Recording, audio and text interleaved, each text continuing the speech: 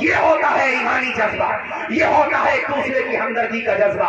آج تو لوگ ایک دوسرے کی میلے کاٹنے پہ لگے ہوئے ہیں، جس کی طاقت ہے دوسرے کا گلا دبانا چاہتا ہے۔ ارے گاؤں میں جلسے ہوتے ہیں تو عنوان دے کر کے جلسے کیا کرو تاکہ گاؤں کی ضرورتوں پہ تقریر ہو جائے اور لوگوں تک پیغام پہنچ جائے۔ ہر گھر میں پارٹی بندی کا جھگڑا، ہر محلے میں پارٹی بندی کا جھگڑا، میدوں کے جھگڑے، ان جھگڑوں کا سلیوشن کیسے نکلے گا؟ یہ پہلے آپ ہمیں تقریر میں موجود ہو، اس کے بعد اس پہ تقریر کراؤ تاکہ کوئی رزلٹ نکل کے آئے، ورنہ لاکھوں کو اٹھانے سے کیا فائدہ ہوا مجھے بتا دو آپ لوگ۔ مجھے کوئی فکر نہیں پڑتی آپ نظرانہ دو مت دو، الحمدللہ مجھے اس کی کوئی ضرورت بھی نہیں ہے، نہ ملے کوئی ٹینشن نہیں ہے، مگر یہ لاکھوں روپیہ آپ اٹھاؤ اور جلسہ ختم ہونے سے پہلے چلے جاؤ، کیا مطلب ہے بھائی اس بات کا؟ کیا مطلب ہے؟ یہاں بیٹھ کے منہ پھلیاں کھاتے ہو آپ لوگ، وضو کے ساتھ بیٹھا کرو، بار بار کہا قاری صاحب نے وضو بیٹھا کرو، اور بعد میں یہ مت کہا کرو وہ صاحب آئے وہ صاحب آئے، ایسا کر گئے ویسا کر گئے، یہ باتیں پہلے سوچا کرو، بعد میں مت سوچا کرو۔ سمجھ میں آئی کہ نہیں آئی؟ بھیجے خراب ہو گئے تم لوگوں کے، تمہیں کوئی بھی اندازہ نہیں ہے دنیا میں کیا تماشا بنا کر کے رکھ دیا ہے۔ پارٹی بندی کے جھگڑے، چھوٹی چھوٹی باتوں پہ لڑائیاں کرتے ہو، وہ اس سے لڑ رہا یہ ادھر سے لڑ رہا، یہ جھگڑے ختم کرو۔ اگر وہ تمہاری دوسری پارٹی کا بھی ہے ملا کرے اس کو پڑھ کے سلام کر لیا کرو، یہ نہ سوچو کہ اس نے ہمیں ووٹ نہیں دیا تھا، یار تیرے نبی کا امتی تو ہے وہ۔ اسلام کی توڑنے کی بات نہیں کرتا، ٹوٹے ہوئے دلوں کو جوڑنے کی بات کرتا ہے، اور سلام کرنے سے کوئی چھوٹا نہیں بنتا۔ علی صاحب وہ اشعار مجھے یاد آتے ہیں، ادب سے جھکتا ہے جھک کر سلام کرتا ہے، فقیر دل کو سکندر سلام کرتا ہے، نہ اس میں رہنا کہ کوئی تمہیں سلام کرے، بڑا تو وہ ہے جو بڑھ کر سلام کرتا ہے۔ حضرات اس لیے میں نے آپ سے کہا ہے ان باتوں کو سمجھنے کی کوشش کرو، اپنے بچوں کو پڑھاؤ۔ بتائیے سب نے انہی کے نام لکھے، اور مجھے وہ جو آپ نے مصرے پڑھے وہ یاد آئے کہ حسن اخلاق کی انمول نشانی دے دو، غم کے ٹھہرے ہوئے دریا کو روانی دے دو، تم حسینی ہو تو احسان کے مشکیزے سے کوئی دشمن بھی اگر مانگے تو پانی دے دو۔ اپنے بچوں کو پڑھاؤ۔ ابھی میرے سنبل میں ایک لڑکا قاسم نام کا ماشاءاللہ جج بنا ہوا، سمجھتے ہو؟ اس کے پاپا کھچڑا اور وہ بریانی بیچا کرتے تھے، لیکن باپ نے ویژن دیا، ٹارگیٹ دیا کہ بچے کو پڑھانا ہے۔ یہ باپ ہوتا ہے پسینے میں بھیگ جائے گا، اپنی زندگی داؤ پہ لگا دے گا، مگر یہ سوچے گا میرے بچے کو وہ تکلیفیں نہ اٹھانی پڑیں جو اس کے باپ کو اٹھانی پڑی ہے۔ یہ اولاد کی بھی ذمہ داری ہے کہ شادی ہو جائے تم پہ ذمہ داری آ جائے تو ماں باپ کو آنکھیں نہ دکھاؤ، ان کے ڈانٹنے کو برا نہ سمجھو۔ جس دن یہ ماں باپ ہمیشہ کے لیے سو گئے کان طرف جائیں گے، ابا کی آواز سننے کو نہیں ملے گی۔ تجھے پتا کیا ہے کہ تیرے باپ نے تیرے لیے کتنا سنگھرش کیا ہے، اور جو لوگ نہیں کرتے ان سے کہتا ہوں کہ اپنے بچوں کے ہاتھوں میں قلم دے دو، اور بھارت کی سرزمین پر بھی اپنے بچوں کا بھوشیہ اگر سیو کرنا چاہتے ہو تو انہیں جھگڑے نہ سکھاؤ، ان کے ہاتھوں میں قلم دے دو، انشاءاللہ تمہارا بچہ راج کرے گا انشاءاللہ۔ ڈاکٹر امبیڈکر جی کو کون جانتا اگر وہ تعلیم حاصل نہ کرتے؟